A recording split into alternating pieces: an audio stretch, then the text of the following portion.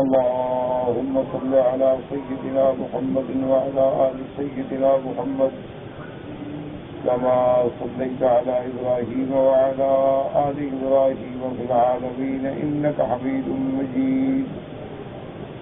قال الله تبارك وتعالى في كلامه المجيد: أعوذ بالله من الشيطان الرجيم. بسم الله الرحمن الرحيم. ذلك عيسى ابن مريم قول الحق الذي فيه يمترون. ما كان لله أن يتخذ من ولد سبحانه إذا قضى أمرا فإنما يقول له كن فيكون. وإن الله ربي وربكم فاعبدوه هذا صراط مستقيم. فاختلف الأحزاب من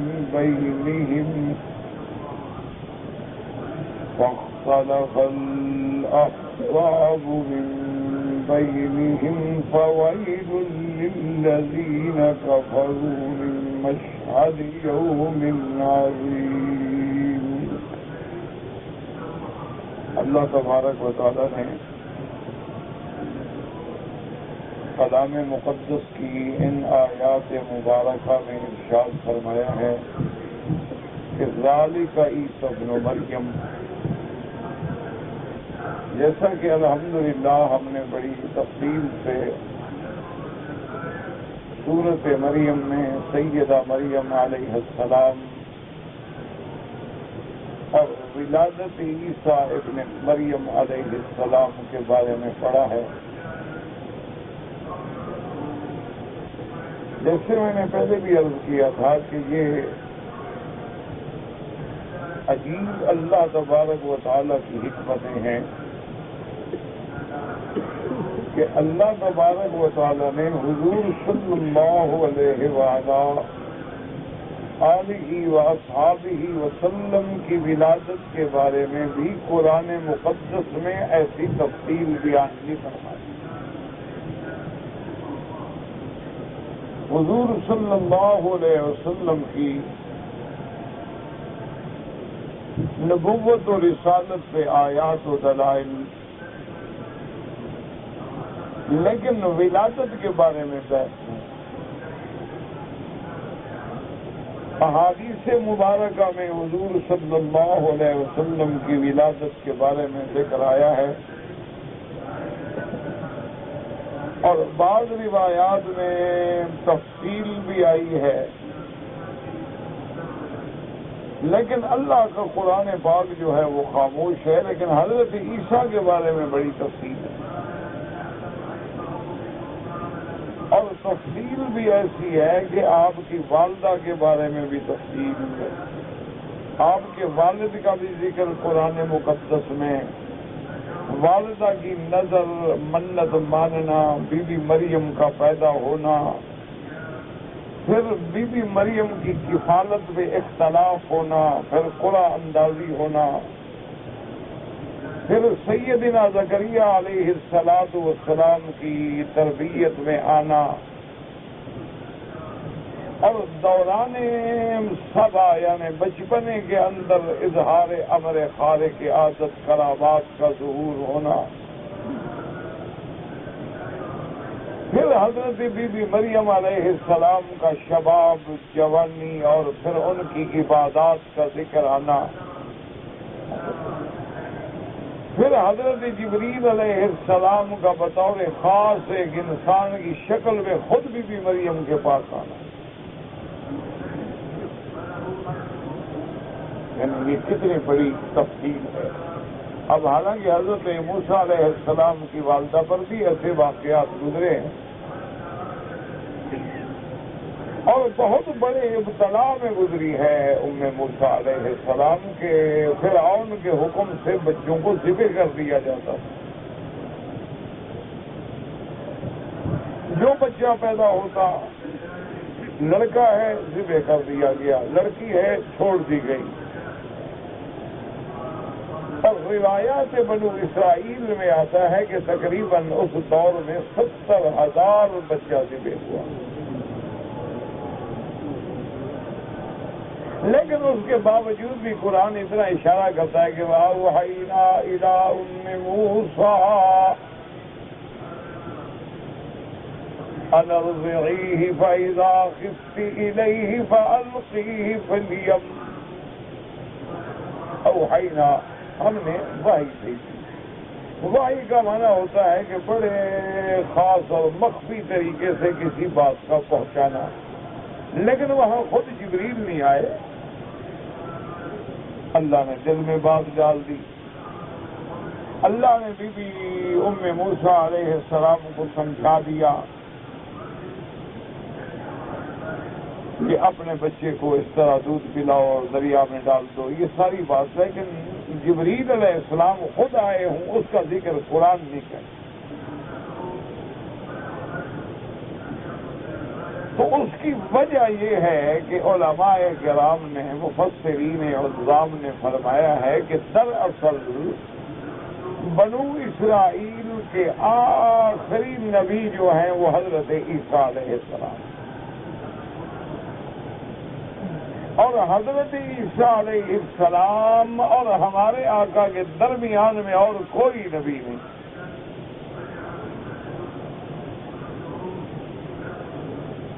اس لیے اللہ تبارک و تعالیٰ نے قرآن میں بھی ارشاد فرمایا ہے کہ میرے محبوب آپ ان لوگوں کو ڈرائیں کیونکہ ان کے پاس آپ سے پہلے کوئی نبی نہیں آیا.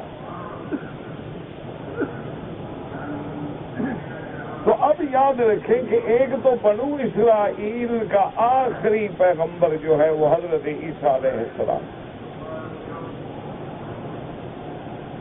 اس کے بعد نبوت جو ہے وہ بنو اسرائیل کے ایک دوسری لڑی میں آ گئی. اسرائیل حضرت یعقوب علیہ السلام کا نام ہے.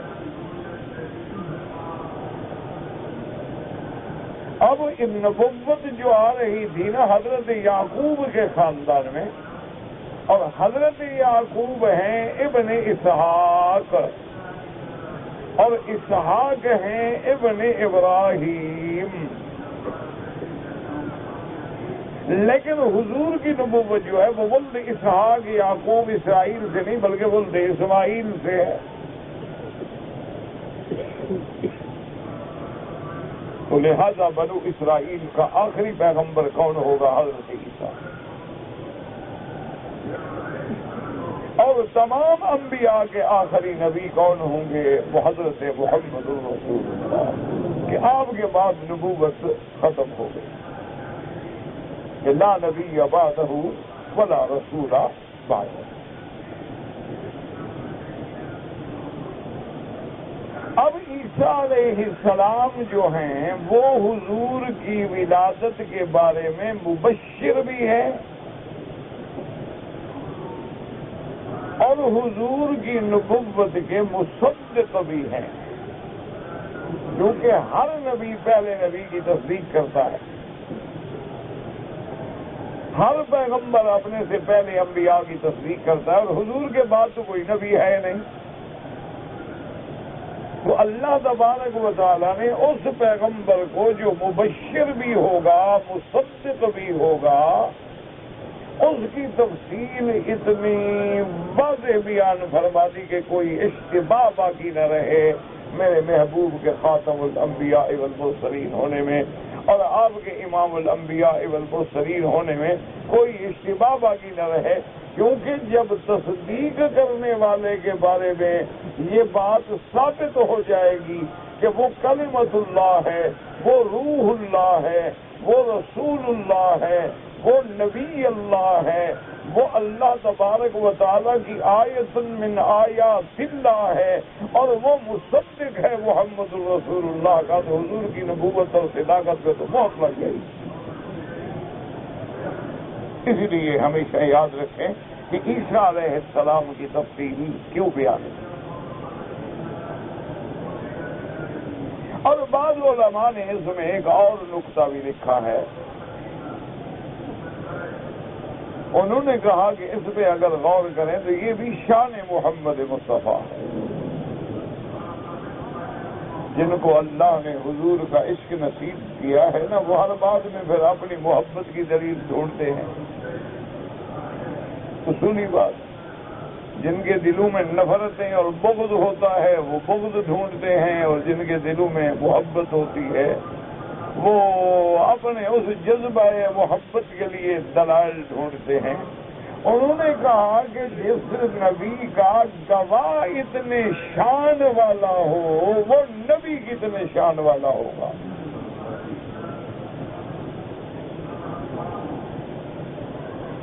یعنی جس پیغمبر کی گواہی دینے والا، جس پیغمبر کی بشارت دینے والا، اور جس پیغمبر کی تصدیق کرنے والے کا اتنا بڑا شان ہو کہ قرآن میں کئی صورتوں میں، سورت آل عمران میں اور سورت مریم میں اور دیگر صورتوں میں اللہ نے باقاعدہ عیسیٰ علیہ السلام کا ذکر کیا ہے.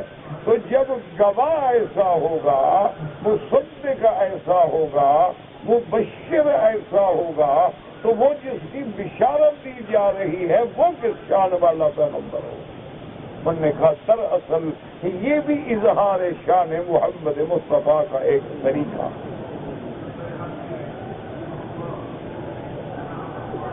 اور اسی طرح بعض علماء نے فرمایا کہ اس انداز میں بھی آپ دیکھیں کہ ایک وجہ اور بھی ہے کہ جب حضور صلی اللہ علیہ وسلم کا زمانہ مبارک آیا، آپ کی ولادت، پھر آپ کی بعثت،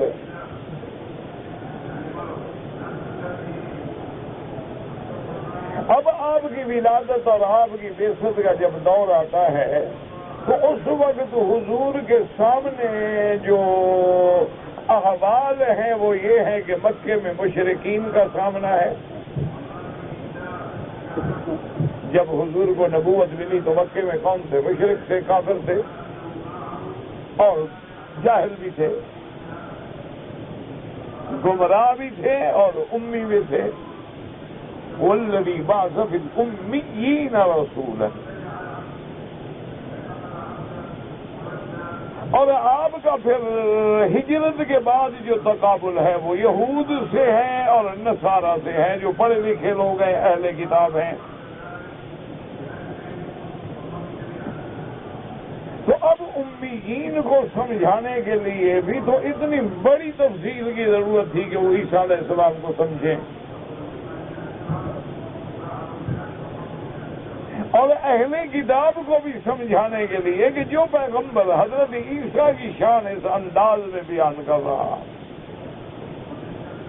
یہی وجہ ہے نا کہ جب نجاشی نے حضرت جعفر سے پوچھا کہ حضور پاک کا بی بی مریم کے بارے میں کیا خیال ہے، تو حضرت جعفر نے سورت مریم کی تلاوت.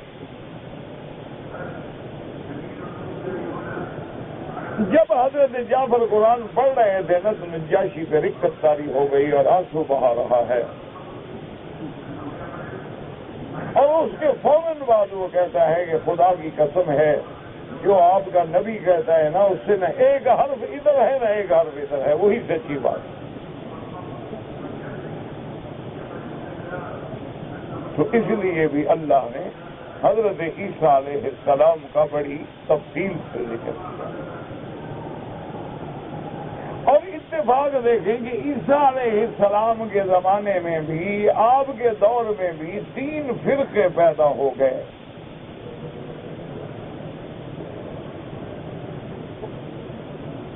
بعض فرقے جو ہیں وہ افراط میں آ گئے اور بعض جو ہیں وہ تفریط میں آ گئے. ہمیشہ یاد رکھیں غلو جب ہوتا ہے نا یہ افراط میں ہوگا یا تفریط میں ہوگا.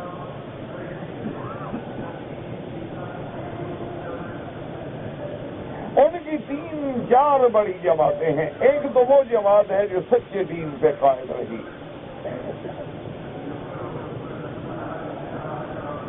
اور ایک ان میں ہے یعقوبیہ، ایک ہے نستوریہ، ایک ہے ملکانیہ. یہ 3 بڑی جماعتیں ہیں عیسائیوں کی.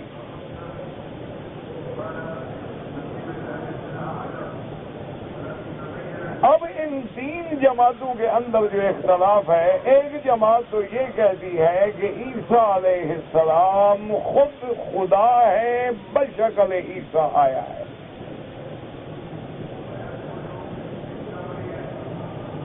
انہوں نے حضرت عیسیٰ کو الہ مانا ہے. اور دوسری جماعت یہ کہتی ہے کہ نہیں، عیسیٰ علیہ السلام خدا تو نہیں ہے لیکن خدا کا بیٹا ہے. اچھا، ان میں بھی پھر 2 پارٹیاں ہیں، یاد رکھو. جو بیٹا مانتے ہیں نا، ان میں 2 جماعتیں ہیں. ایک تو کہتے ہیں کہ واقعتاً حقیقتاً یعنی آپ کے صلب کا بیٹا ہے اور بی بی مریم بیوی ہے. اور کچھ لوگ کہتے ہیں نہیں، بیٹے کا معنی یہ ہے کہ اللہ کا پیارا ہے. جیسے کوئی محبت سے کسی کو بیٹا بنا لیتا ہے کہ جی میرا بیٹا ہے، تو اللہ نے حضرت عیسیٰ کو محبوب بنایا، اپنا بیٹا بنایا ہے. یہ مانا نہیں کہ باقی بیٹا ہے اور صلب سے پیدا ہوا ہے، یا نعوذ باللہ اللہ کی کوئی بیوی ہے. وہ بیٹا اس معنی میں کہتے ہیں. اور تیسری جماعت جو ہے وہ کہتی ہے کہ نہیں، نہ تو خدا ہے نہ خدا کا بیٹا ہے، بلکہ ثالث ثلاثۃ، 3 میں ایک خدا ہے. وہ کہتے ہیں ہم الجھ گئے، سمجھ نہیں آ رہی کہ ان 3 میں خدا کون ہے، لیکن ہے ان 3 میں چوتھا کوئی نہیں. یہی وہ عقیدہ تثلیث کہلاتا ہے کہ 3 کو وہ مانتے ہیں. اور اسی لیے آپ نے دیکھا ہوگا کہ اسکاؤٹس ہوتے ہیں نا آپ کے کالجوں میں، یونیورسٹیوں میں، لڑکوں کو تربیت دی جاتی ہے، اسکاؤٹس بنتے ہیں اور لوگوں کی خدمات کے لیے اور ویلفیئر کے لیے اور یہ وہ. تو وہ جب سلوٹ کریں گے نا تو 3 انگلیوں سے کریں گے. وہ عقیدہ تثلیث کو ثابت کرتے ہیں کیونکہ ان کی بنیاد رکھنے والے عیسائی ہیں. وہ بڑے سمجھدار ہیں، تمہاری طرح پاگل نہیں ہیں. ہر جگہ وہ اپنا عقیدہ ثابت کرتے ہیں. انہوں نے ٹائی بنا کے گلے میں ڈال لی، کیا ضرورت تھی بھی ایک اتنا پٹا ڈالو گلے میں، کیا ضرورت تھی؟ کوئی پاگل ہو گئے ہیں کہ ٹھیک ہے چلو پٹا قیمتی ڈال دیا، ورنہ اگر رسا ڈالتے برا لگتا. جیسے پہلے دور میں عورتیں جو ہوتی تھی نا، ان کو پاؤں میں بیڑیاں ڈالتے تھے، چولان ڈالتے تھے، ڈاکو اٹھا کے لے آتے تھے. تم نے اس کے بدلے میں چاندی کی ڈال دی. بات تو وہی بیڑیاں ہیں. وہ ان کے گلے میں رسے ڈالتے تھے، تم نے سونے کے ہار بنا کے ڈال دیے. بات وہی ہے. وہ لڑکیوں کے ہاتھوں میں ہتھکڑیاں ڈالتے تھے، تم نے کنگن ڈال دیے. بات تو وہی ہے، نقشہ تو وہی ہے. کبھی آپ نے غور کیا ہو نہ کیا ہو، بات وہی ہے کہ پہلے دور میں جو قزاق ہوتے تھے نا، جو ڈاکو ہوتے تھے، جو اپنا بڑے بڑے لارڈ ہوتے تھے، وار لارڈ کہلاتے تھے، جنگجو قبائل کہلاتے تھے، تو وہ جا کے جب دھاڑے مارتے تھے، دھاوے بولتے تھے مخالفوں پر، تو ان کی لڑکیوں کو اور عورتوں کو اور قید کر کے اور گلے میں رسے ڈال کے، ہاتھ باندھ کے، پاؤں میں بیڑیاں ڈال کے گھسیٹ کے لاتے تھے. اور جو بڑے بڑے بہادر ہوتے تھے وہ جناب گھوڑوں پہ، جو اس دور میں کاریں ہیں، کبھی بختر بند گاڑیاں، ٹینک وینک تو تھی نہیں، گھوڑوں پہ جنگ ہوتی تھی، بس اٹھایا اور گھوڑے کے پیچھے ڈالا اور بھاگ گئے. آج بھی آپ نے وہی تصور قائم کیا ہے کہ شادی پہ آپ دیکھتے نہیں ہیں کہ دولہے کو گھوڑے پہ بٹھاتے ہیں. اچھا، اس بیچارے کے لیے وہ خوشی کا دن نہیں ہوتا، وہ جو چند گھنٹے ہیں وہ موت پہ لٹکا ہوتا ہے. کبھی گدھا پہ نہیں بیٹھا، غریب کو گھوڑے پہ بٹھا دیا آپ نے. یہ وہ یاد دہرائی جاتی ہے ڈاکو کی کہ ہم بھی کسی دوسرے کی لڑکی لا رہے ہیں نا، آج تو آج سے گھوڑے پہ بیٹھنا ہے۔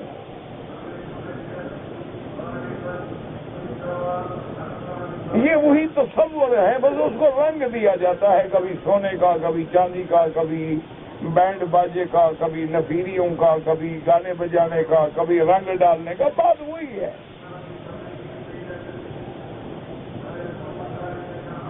ظلم اس وقت بھی ہوتا تھا، ظلم آج بھی ہوتا ہے۔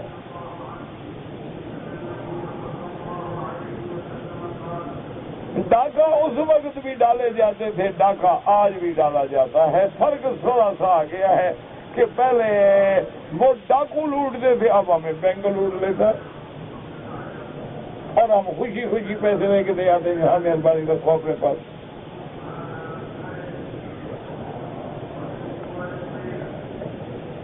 کیا ہے جی یہ ٹریول چیک ہے، یہ کیا ہے جی یہ ویزا کارڈ ہے، یہ کیا ہے جی تمہارا یہ گولڈن کارڈ ہے، یہ کیا ہے جی یہ تمہارا سلور کارڈ ہے، اور اسی میں وہ کروڑ ڈالر ہمارے پیسوں سے کماتے ہیں۔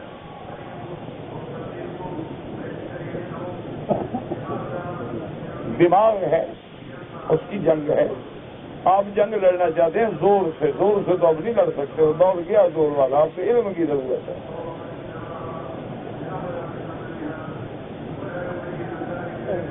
اب تو علم کی ضرورت ہے، اگر آپ علم حاصل کریں گے تو آپ انشاءاللہ نکل جائیں گے، اگر آپ نے علم حاصل نہ کیا آپ بالکل پیچھے رہ جائیں گے۔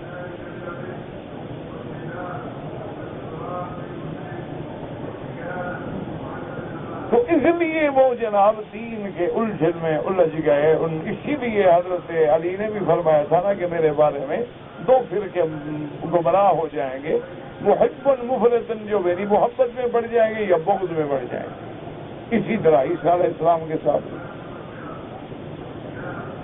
یہ جماعتیں تھیں محبت والی، یہود تھے بغض والے۔ انہوں نے کہا کہ عیسیٰ علیہ السلام پیغمبر نہیں بلکہ وہ تو یوسف نجار کی ناجائز اولاد ہے۔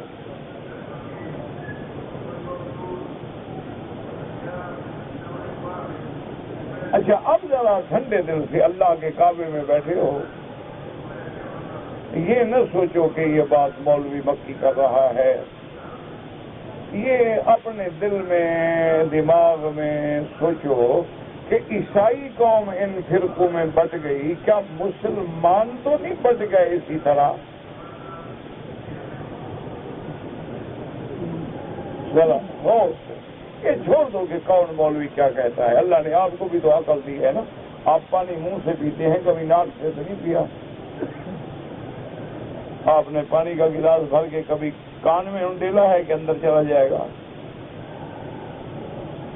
اللہ کا فضل ہے، آپ تو بڑے سمجھدار لوگ ہیں، بڑا عقل ہے، آپ مولویوں کو لڑا دیتے ہیں۔ الزام ہوتا ہے کہ مولوی لڑاتے نہیں، اصل آپ لڑاتے ہیں۔ مولوی نہیں لڑاتا غریب، مولوی لڑائے کھائے گا کہاں سے لڑا؟ وہ نہیں لڑاتا، مرغے بھی تم لڑاتے ہو، بٹیر بھی تم لڑاتے ہو، ریچھ بھی تم لڑاتے ہو، مولویوں کو بھی تم لڑاتے ہو۔ ایک کو آ کے کچھ کہتے ہو، دوسرے کو آ کے کچھ کہتے ہو، جب سوال بدلے گا تو فتویٰ تو بدلے گا، پھر کہو کہ دیکھو جی وہ مولوی یہ کہتا ہے، وہ مولوی یہ کہتا ہے۔ تھوڑا سا سوال میں اگر مگر چونکہ چنانچہ بدل دو، فتویٰ بدل جائے گا۔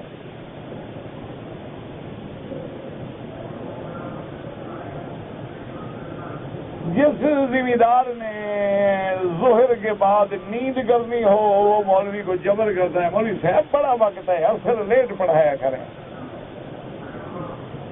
اور جس دکاندار نے دکان کھولنی ہو کہتے ہیں مولوی صاحب اول وقت میں نماز پڑھایا کرو، حضرت مکے شریف میں اول وقت میں ہوتی ہے، تم کیسے مولوی ہو؟ اب کہتے ہیں دیکھو جی مولوی دو وقتوں میں نماز پڑھا رہا ہے، ایک گھنٹہ پہلے اذان دیتا ہے، گھنٹہ کون لڑا کون رہا ہے؟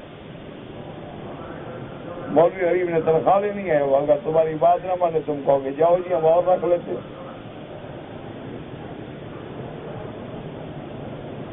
پھر کہتے ہیں دیکھو جی ان کا تو وقت ہی مقرر نہیں، اذانیں بھی مقرر نہیں، اس مسجد میں اب اذان ہے، اس کے بعد پھر اذان ہے، اس کے بعد پھر اذان ہے۔ یہ جی مولوی اس پہ بھی متفق نہیں ہوتے، ادھر کہتے ہو جمہوریت میں آزادی ہوتی ہے تو مولوی کو بھی آزادی دو۔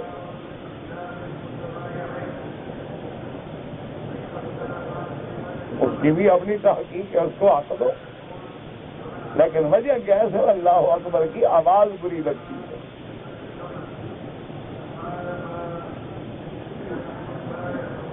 اور کتنے افسوس کی بات ہے، میں کل اخبار میں پڑھ رہا تھا، ایک انگریز عورت ہے، کافر ہے، وہ یہاں سعودی عرب میں اس کا خاوند ملازم تھا، اس نے 8-10 سال گزارے، نوکری ختم ہو گئی، واپس اپنے ملک میں چلی گئی، مجبور ہو کے اس نے ویب سائٹ کھولی ہے باقاعدہ، اس نے کہا وہ اذان سننے کو میرا دل ترستا ہے، کافر ہے۔ اس نے کہا وہاں جب ہم نے 8 سال گزارے ہیں نا، صبح میں جو پیاری پیاری آواز گونجتی تھی نا، اللہ اکبر، اللہ کی بڑائی کی، اب وہ سننے کو میں ترس گئی، اسے میں نے اپنی ویب سائٹ کھول دی ہے اور انٹرنیٹ پہ میں وہ سارا کچھ نظام سیٹ کر دیا ہے تاکہ انہی ٹائم میں میرے گھر میں آواز گونجے، اذان گونجے۔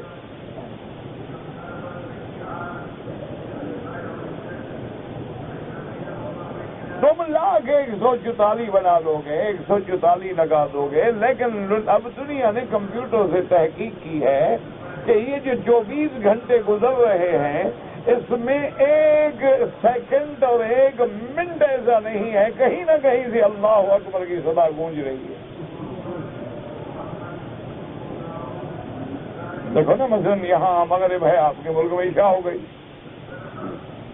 کسی ملک میں صبح ہو رہی ہے، کسی ملک میں ظہر ہو رہی ہے۔ جو اوقات کا اختلاف رکھا ہے اللہ نے، اس میں بھی ایک نظام ہے کہ ہر وقت اس کی پکار ہے، اللہ اکبر، اللہ اکبر۔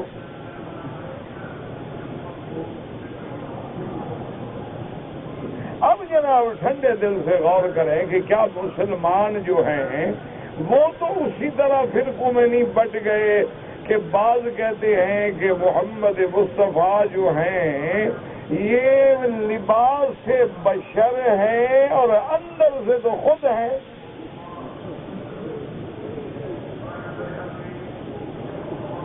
اور باقاعدہ کتابوں میں، باقاعدہ اشعار میں بھی لکھا ہے کہ جو مستوی تھا عرش پہ خدا ہو کر، اتر پڑا ہے مدینے میں مصطفیٰ ہو کر۔ سبحان اللہ، شرک پہ کر رہے ہو یا توحید پہ؟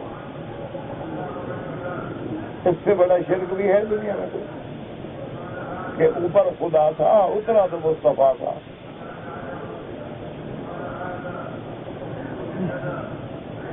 اور انہوں نے جیسے تصور بنائے ہیں، اسی طرح کہتے ہیں جی کہ معراج والی رات جب جبریل رک گئے اور حضور اوپر چلے گئے اور حضور نے جبریل سے کہا کہ میرے ساتھ آگے آؤ، چلو میرے ساتھ، تو جبریل نے کہا کہ نہیں، میں آگے نہیں جا سکتا ورنہ میرے پر جل جائیں گے۔ یہ بزرگوں کے اقوال میں ہے، حدیث مبارک کسی میں نہیں ہے۔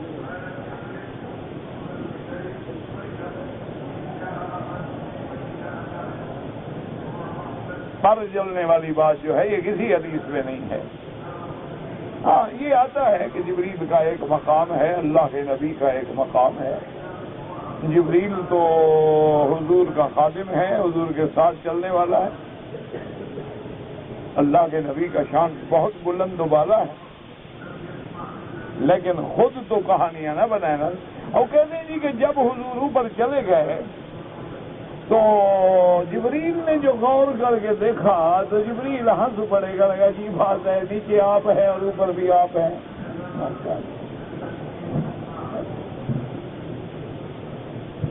یہ مسلمان ہے،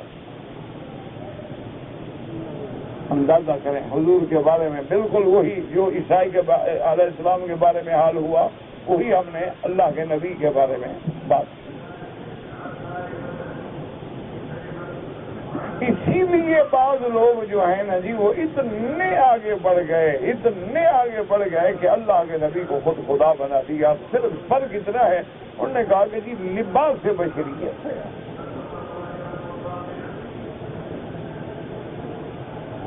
اچھا، بعض لوگوں نے آپ نے سنا ہوگا، وہ کہتے ہیں جی جب حضور معراج پہ گئے تو اب حضرت کا شان جو بیان کرتے ہیں نا، تو حضرت موسیٰ کو تو اللہ نے فرمایا تھا کہ اپنا جوتا اتار دو، فَقْلَعْنَ عَلَيْكَ إِنَّكَ بِالْوَادِ الْمُقَدَّسِ تو آج تم وادی مقدس میں ہو، جوتے پہن کے نہ ہو، لیکن اللہ نے نبی سے کہا تم اپنے جوتے کے ساتھ عرش پہ آ جاؤ۔ پتہ نہیں کہاں سے روایت ہوئی ہے۔ اللہ کے عرش پہ نبی جوتے کے ساتھ جا رہا ہے۔ یہ شان بیان کر رہے یا توہین کر رہے ہو حضور کی؟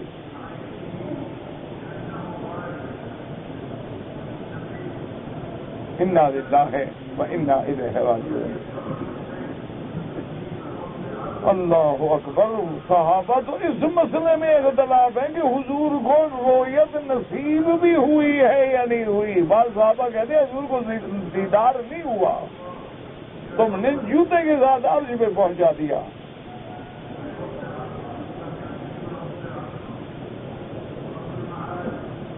بعض صحابہ قائل ہیں کہ حضور کو زیارت ہوئی ہے، لیکن بعض صحابہ تو اس کے بھی خلاف ہو کہتے ہیں حضور نے خود فرمایا تھا کہ نور انا اراہ، وہ تو ایک نور ذات ہے، میں کیسے دیکھ سکتا ہوں۔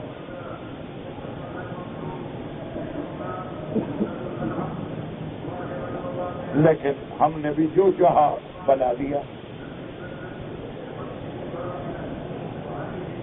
بعض لوگ جو تھے وہ اور ذرا آگے بڑھ گئے اور آگے بڑھ گئے، انہوں نے کہا جی حضور کی بات کیا کرتے ہو، ہمارا مرشد جو ہے نا یہ بھی خود خدا ہے، صحیح اس کے اندر بھی خود ہے، منصور کے پردے میں خدا بول رہا ہے، اور وہ سر مارتے کہ سبحان اللہ ماشاء اللہ پہنچ گیا جی یہاں پہنچنا۔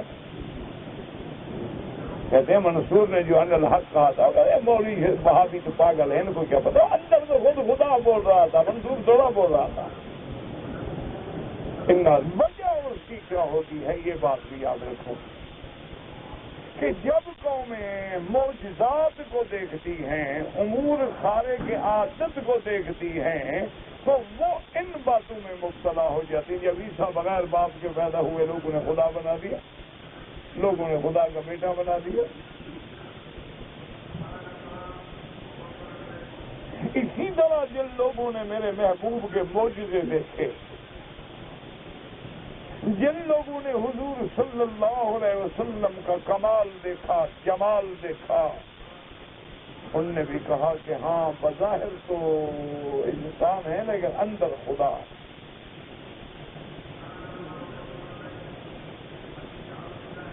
اچھا اتنی بڑی جہالت ہے، اللہ معاف کرے، اللہ معاف کرے۔ اگر نبی اندر سے خدا ہو تو پھر تو معجزے کی کوئی قیمت ہی نہ رہی، خدا تو جو چاہے کرے۔ پھر معجزہ کیا ہوا، پھر شان کیا ہوا حضور کی؟ اللہ تو جو چاہے کرے۔ بھائی شان تو تب بنے گی نا کہ حضور نبی ہوں، محمد ابن عبداللہ ہوں، اور پھر معجزہ ہو۔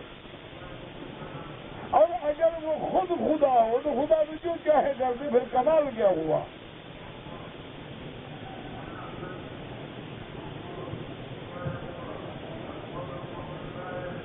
اسی طرح ایک دفعہ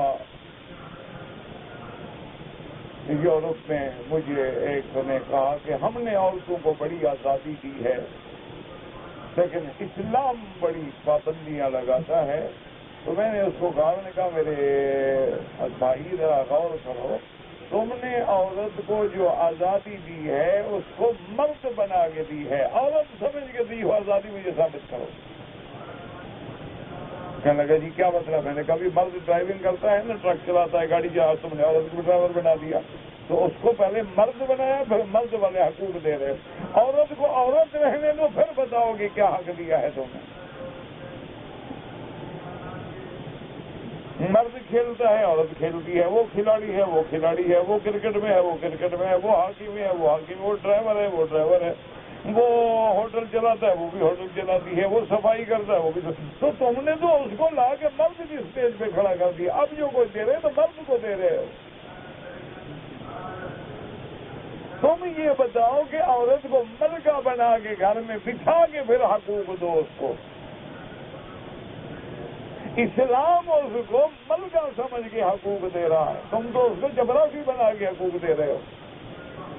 اسلام تو مرد کی ذمہ داری لگا رہا ہے کہ تمہاری ذمہ داری ہے کمانا، تمہاری ذمہ داری ہے محنت کرنا، تمہاری ذمہ داری ہے اپنی بیوی کا تحفظ کرنا، اس کی عزت کی حفاظت کرنا، اس کے گھریلو ضروریات کا پورا کرے، سب تمہاری ڈیوٹی ہے۔ عورت کی ذمہ داری ہے گھر کو سنبھالنا، بچوں کا خیال رکھنا، مرد کی عزت و عصمت کی حفاظت کرنا، اور مرد جب محنت و مزدوری سے تھکا مارا ہارا ہوا ہے تو اس کو سکون پہنچانا، وہ تو اس کو چار دیواری کے اندر محفوظ رکھنا چاہتا ہے۔ تم نے تو نکال کے سڑک پہ کھڑا کر دیا ہے کہ ہم روڈ بنا رہے ہیں، تم بھی روڈ پہ کام کرو، شاباش، بس برابر ہو نا، مساوات ہے۔ اچھی آزادی دے رہے ہو عورت کو۔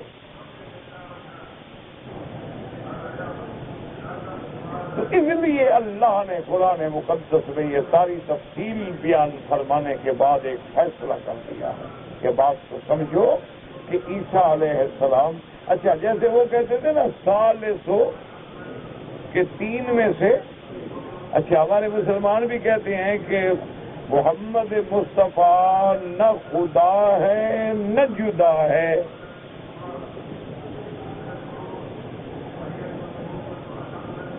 ان کا بھی بالکل وہی عقیدہ ہے جو اس وقت کے کافروں کا تھا کہ تین میں کوئی خدا۔ یہ کہتے کہ محمد مصطفیٰ خدا تو نہیں ہے لیکن جدا بھی نہیں، بالکل وہی کفر ہے جو اس زمانے میں تھا۔